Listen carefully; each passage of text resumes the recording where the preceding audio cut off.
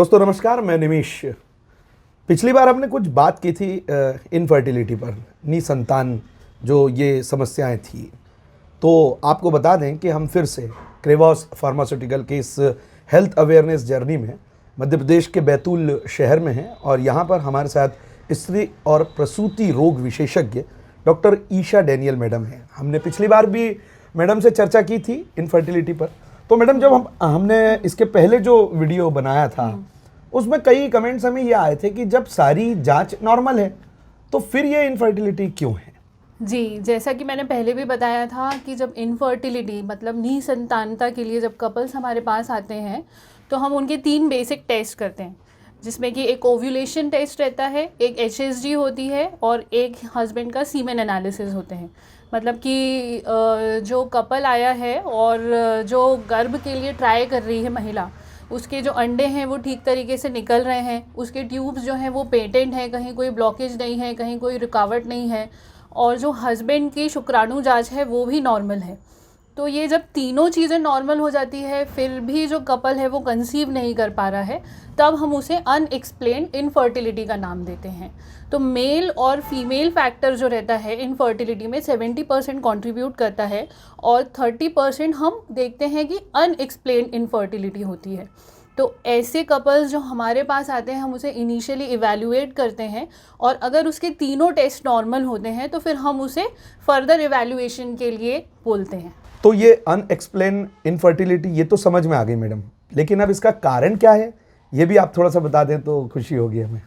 जी, अब कारण जो है वो बेसिकली कोई लैब इन्वेस्टिगेशन से इसमें प्रूव नहीं हो पाता है।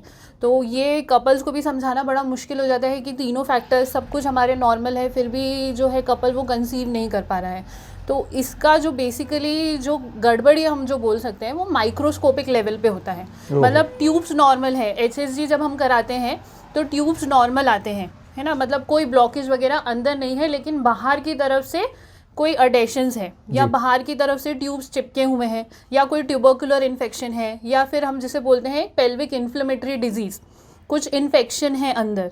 तो ये जो है हमें इन्वेस्टिगेशन से नहीं पता चलता है, ये माइक्रोस्कोपिक लेवल पे कुछ कॉजेज़ आते हैं। या फिर सर्वाइकल फैक्टर है, जो बच्चेदानी का मुंह है वो छोटा है, या फिर अंडे की जो परत है वो मोटी है जिसके कारण फर्टिलाइजेशन नहीं हो पा रहा है।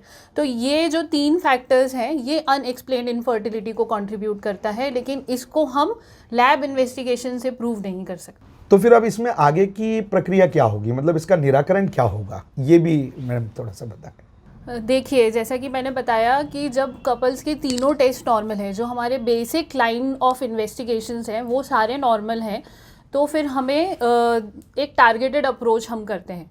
तो इसमें हमें फिर डायग्नोस्टिक हिस्ट्रोलैप्रोस्कोपी के द्वारा देखना पड़ता है कि ट्यूब्स के बाहरी ट्यूब्स जो है वो ठीक है कि नहीं, कोई अडेशंस हैं क्या, ट्यूब्स और ओवरी का जो रिलेशनशिप है वो ठीक है कि नहीं है। तो इसे हम डायग्नोस्टिक हिस्ट्रोलैप्रोस्कोपी कहते हैं और इसके द्वारा जो है हम काफ़ी हद तक इसको ट्रीट भी कर पाते हैं।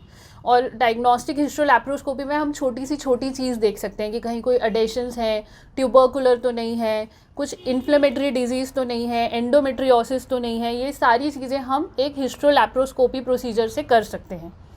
दूसरा जब है सर्वाइकल फैक्टर, तो अगर किसी का सर्वाइकल फैक्टर कॉज है तो उसमें हम IUI जैसे कि इंट्रा यूट्राइन इंसेमिनेशन प्रेफर करते हैं। और अगर अंडे की परत मोटी है तो जिसमें फर्टिलाइजेशन पॉसिबल नहीं है तो फिर हम उसे टेस्ट ट्यूब बेबी के लिए रेफ़र करते हैं। एक बात और ये भी आती है जब हम इनफर्टिलिटी की बात करते हैं तो ये AMH एक फैक्टर होता है, तो ये इसकी क्या भूमिका है इस सब दौरान इसमें? जी, AMH जो है उसे हम एंटी मुलेरियन हार्मोन बोलते हैं।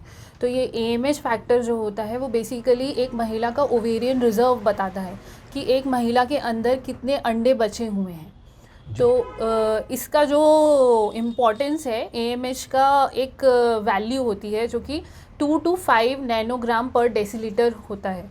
अब अगर ये 2 से कम है, जैसे कि 1 to 1.5 नैनोग्राम पर डेसीलीटर है, तो उसे हम लो AMH कहते हैं। लेकिन अगर उसका 0.5 से भी कम है तो वो वेरी लो AMH हो जाएगा। तो अब ये जो AMH हार्मोन है हमारी एक क्वांटिटी को बताता है, जबकि एक AMH के साथ हमारी एज भी बहुत ही इम्पॉर्टेंट रहती है।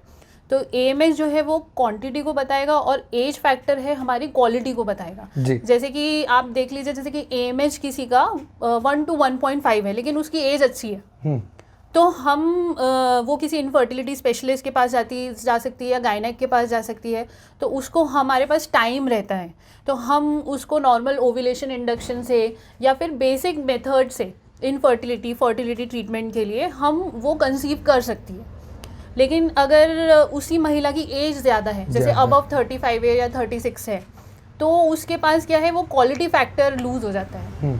ठीक है, तो उसमें क्या है कि उसे AMH कम भी है और उसका एज भी फैक्टर कम है, तो ऐसे फिर दंपति को थोड़ा सा अपग्रेड होना पड़ता है और उसे IVF की तरफ जाना पड़ता है।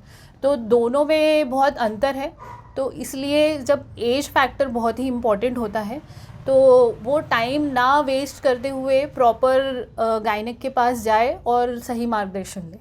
तो दोस्तों, अनएक्सप्लेन इनफर्टिलिटी पर जो मैडम ने अभी हमें बताया, निश्चित तौर पर आपको भी सारी बातें समझ में आई होगी। लेकिन बावजूद इसके भी अगर आपको लगता है कि कुछ हमें अलग से कुछ सवालात करना है तो डिस्क्रिप्शन में हम मैडम का नंबर भी आपको दे देंगे, आप उनसे डायरेक्टली बात भी कर सकते हैं और जो भी सवालात हैं आप मैडम से जान सकते हैं।